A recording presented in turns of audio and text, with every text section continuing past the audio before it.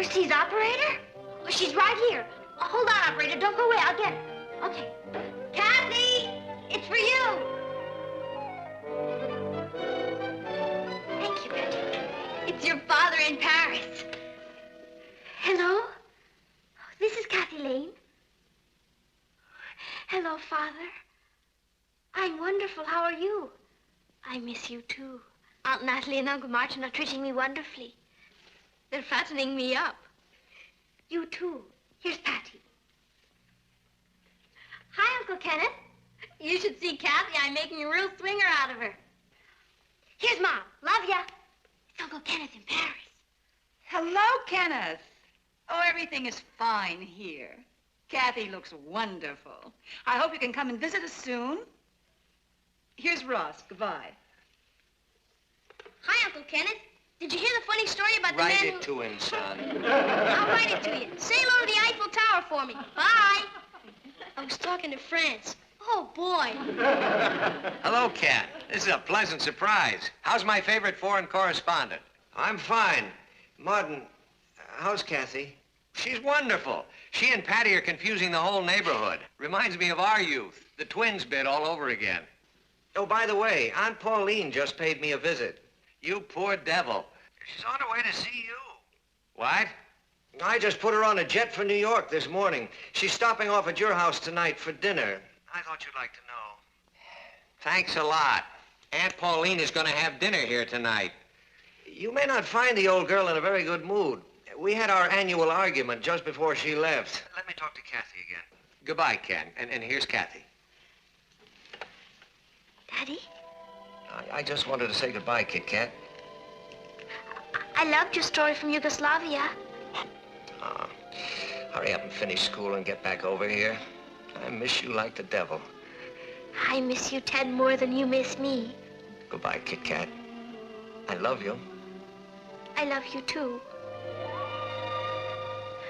Bye, Daddy.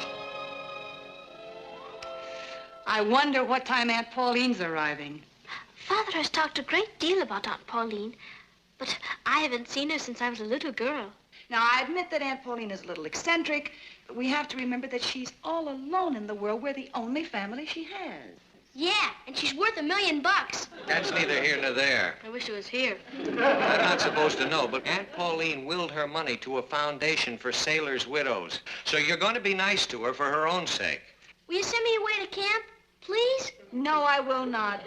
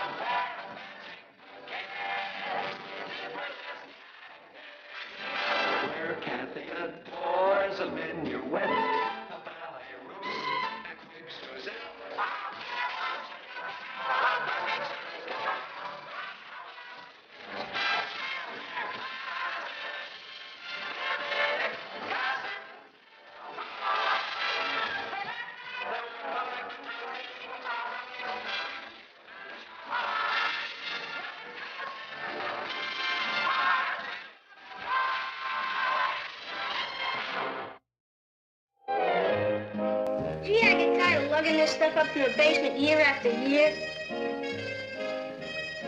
It makes Aunt Pauline happy to see the presents she gave us. Then why do we put them back in the basement when she goes? Do you want to live with it? I live with you. It certainly is ugly, isn't it? Don't let Aunt Pauline hear you say that. She sculpted it herself. Out of old peanut butter, I think. I know. You're not allowed to criticize her. Sometimes she gets me so mad. I just hope I don't lose my temper. You better not, young lady. Okay. Father and I used to have a code. If either of us started to lose his temper, we'd say it's tea time. T is for temper. Cuckoo. It's quite effective. It's about the same as counting to 10. Got it. It's tea time. It's tea time. She's here. Got it. Here, up at this, behind the couch. Crazy.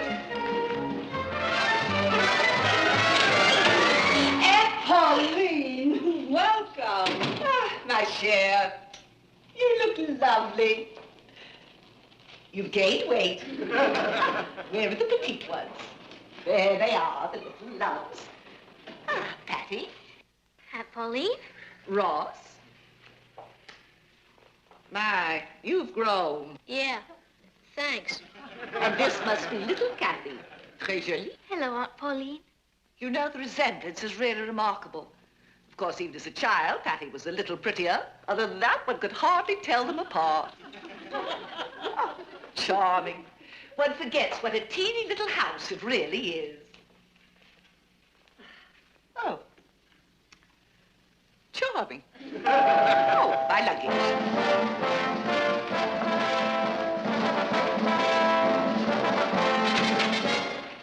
Just set it right there, Arthur. Kenna didn't say anything. Oh, it's going to be so nice to be in a real home again. Hotels are so outrageously cher. That means expensive. Yes, I know. J'ai étudié à la Sorbonne quand mon père travaillait au journal à Paris. I loathe show-offs. I'm afraid with all that luggage, I'll have to have the large bedroom. I hate to put you and Martin out, dear. Oh, don't worry about it. We'll move into the girls' bedroom. And we can move to a hotel. You'll move into Ross's room. And I'll go to camp. You'll sleep on the sofa. That's all. Thank you, Arthur. Shoo. This is Ding Ding. Isn't she, dear? She's lovely. Isn't she sweet? I got her in Antibes. That's north of Nice. Isn't it south of Nice? You dear child. You really are quite a lot like your father. I'm afraid for you to put her down. I'm a little bit worried about Tiger. Tiger. Oh, get that beast out of here. He lives here. Don't tell him to get out of here. Tea time. Put Tiger on the patio. We'll figure out something. Come on, Tiger. Come on. Be a good boy. Tiger. Oh, hello, V.I. Shoo-Shoo. Don't be afraid, darling. Your mommy will take care of you. Now, children, go quickly, quickly. Get your presents. They're all marked. They all have your names on them. Go along. Oh, come, my love. Yes. Now, here's a good place, little Ding Ding. There we are. Yes. Of course, it's not what you're accustomed to, darling, but you'll be all right. Oh, my lovely statue. Oh, I'm so glad you appreciate the beautiful presents I brought you. Well, come along, children. Come on, open your presents. This time I've outdone myself. I brought a glockenspiel for Martha. This is my musical year.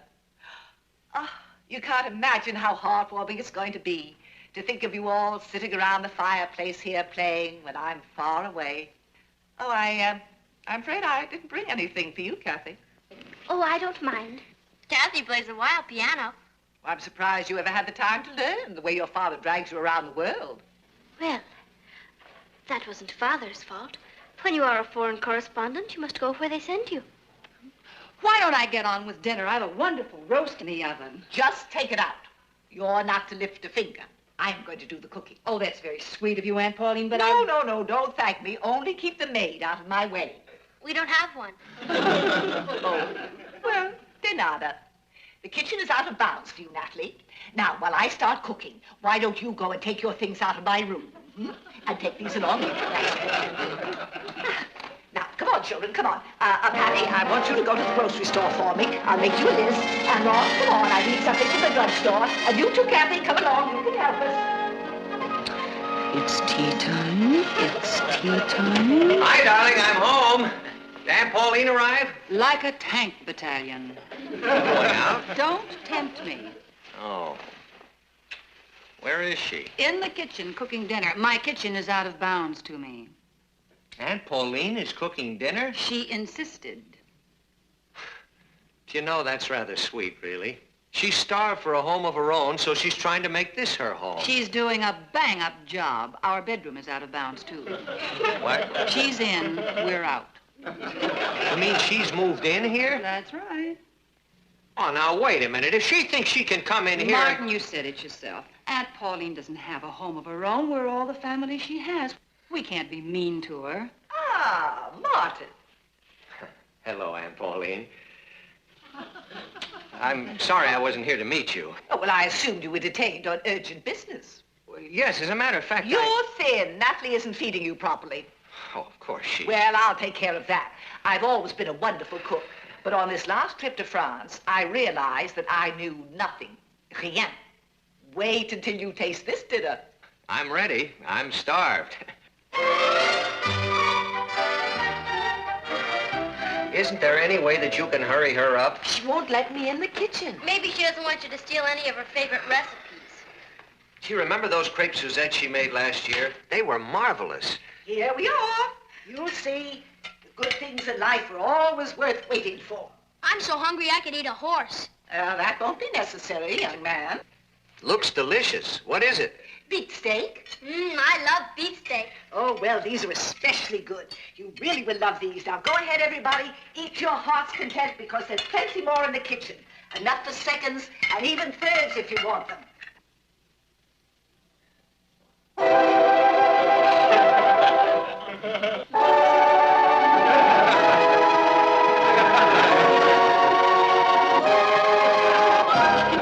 did you say this was? Beet steak. Steak. Yes. Isn't it delicious? And for dessert, I'm making a walnut souffle. Come along, come along. Eat it, it's delicious. Waste not, want not.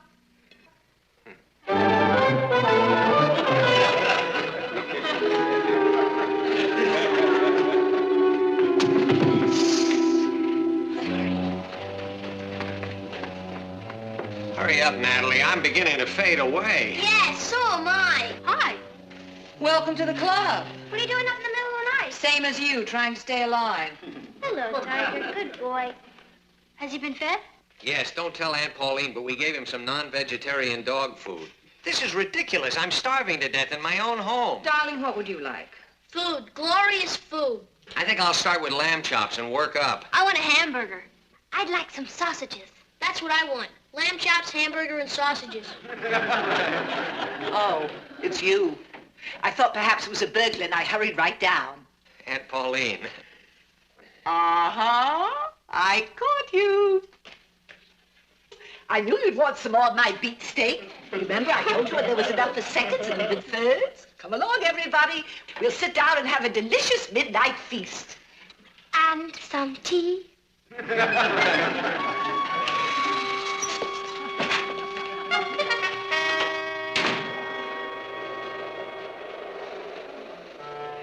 Anybody home?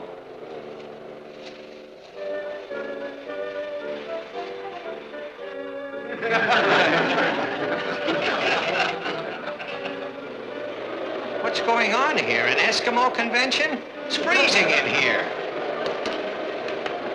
No use closing the windows. Aunt Pauline will just open them again.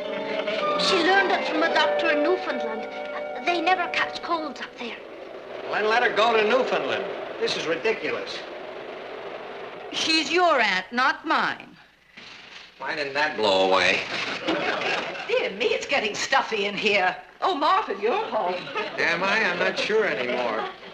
You know, I think it's time that we have... Tea time. Tea time. I think it's a lovely idea. You certainly are a tea-drinking family. It keeps us from freezing to death. Now, about that doctor of yours in Newfoundland... Oh, wasn't it lucky I ran into him? You know, when you're virtually alone in the world and have to travel every place by yourself, it's so important to meet nice companions. What were you going to say about the doctor, Martin? Oh, just that his cold theory sounds interesting. Oh, I knew you'd think so. Ah, there, that's better. Wakes up the lung sacs. I have the most wonderful idea for tonight after dinner. We are going to have a musical. I'm sorry, Aunt Paulina. I have this date with Richard, and I have some work to do. And I have some mending to do. I have this editorial to write. And I have to go to camp.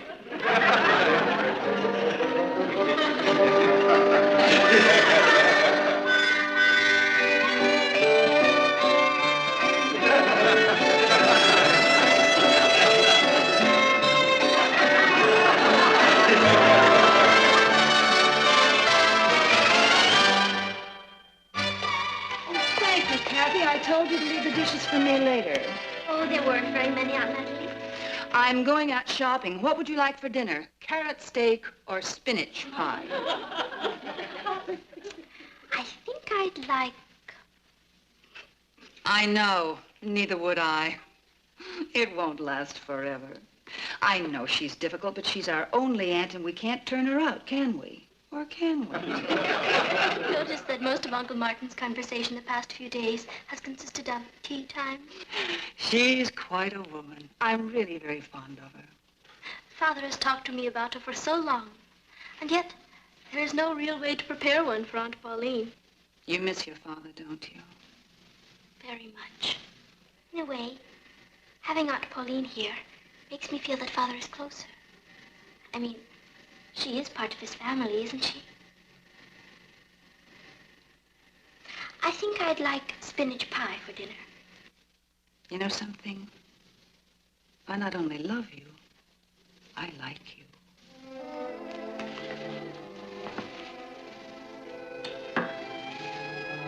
I'm glad.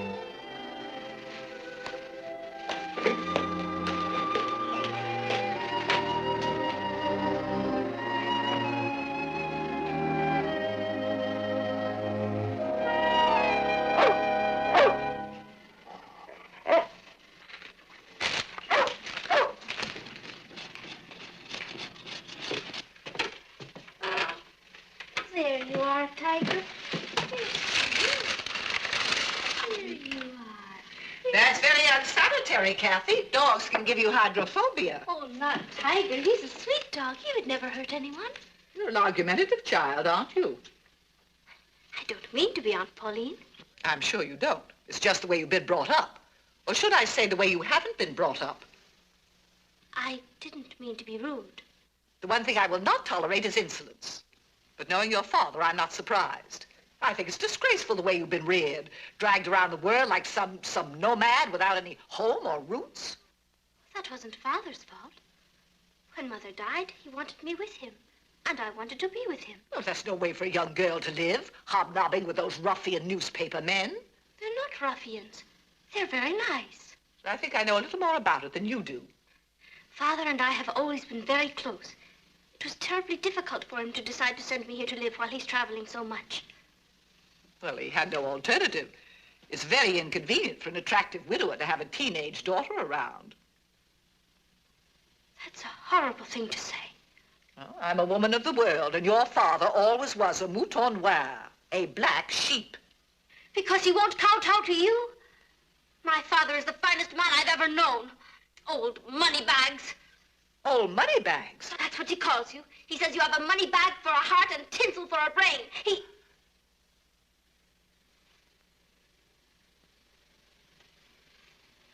I'm sorry. I should never have said that. So, that's the way my family talks about me behind my back. The ingratitude. Well, I shan't impose on any of you any longer. Oh, no, Aunt Pauline. I'm terribly sorry. You can tell Martin to send my things to the Hotel Mallory. But...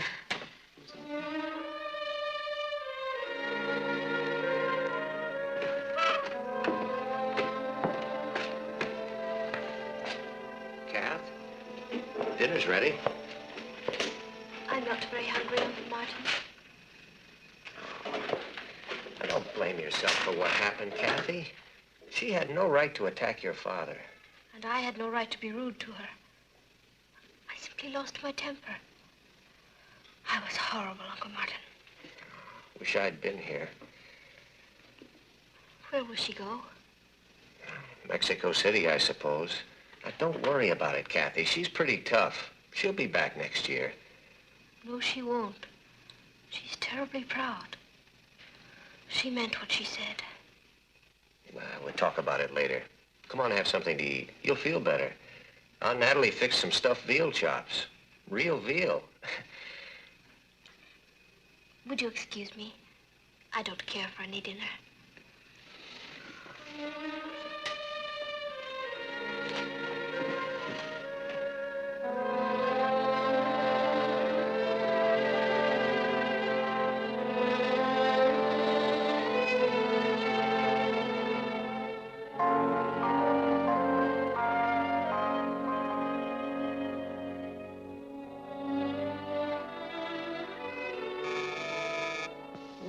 Why, Ding Ding, there's your dinner now. Come in.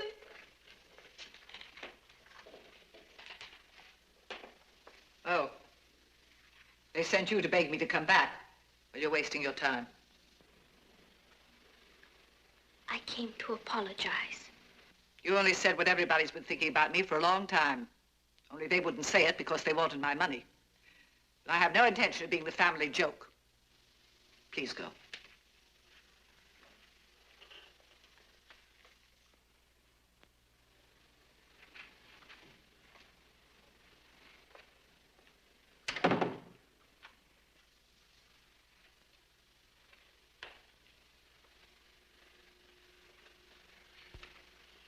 You're wrong, Aunt Pauline. I don't blame you for being angry. What I said was thoughtless and rude and unforgivable. But please don't punish them because of me. They need you. You mean they need my money? They don't care about your money. They've known about the Foundation for Sailors' Widows for years and years. It's you they need. I believe the reason you act the way you do is because you're lonely and you want attention. Then, when people pay attention to you, you get angry because you think it's your money they're interested in.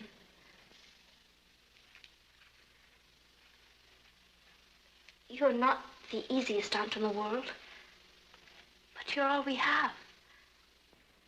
We love you, and we need you, and you need us. Won't you forgive me?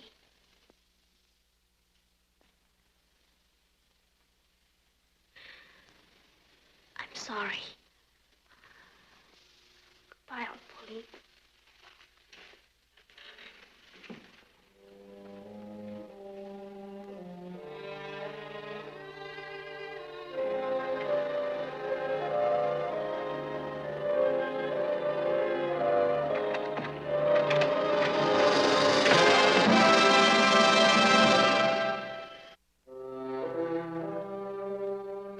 Things sure are quiet around here without Aunt Pauline.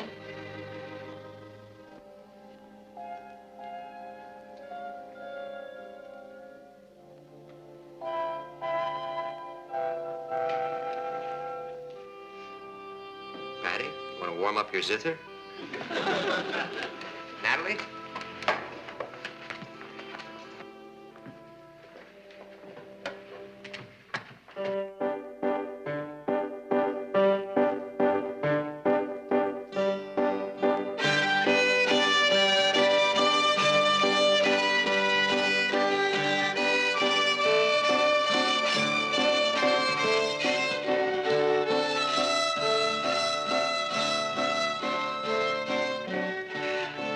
That's terrible.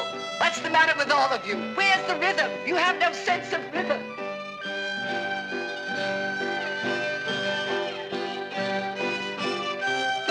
No, that's terrible. Come on now. It's 1, 2, 3, 1, 2, 3.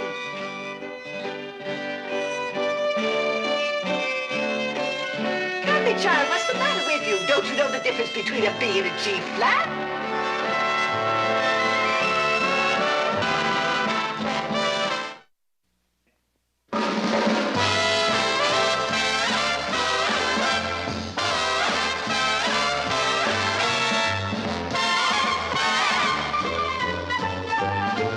Here's Kathy, who's lived most everywhere, from Zanzibar to Berkeley Square. But Patty's only seen the sights a girl can see from Brooklyn Heights.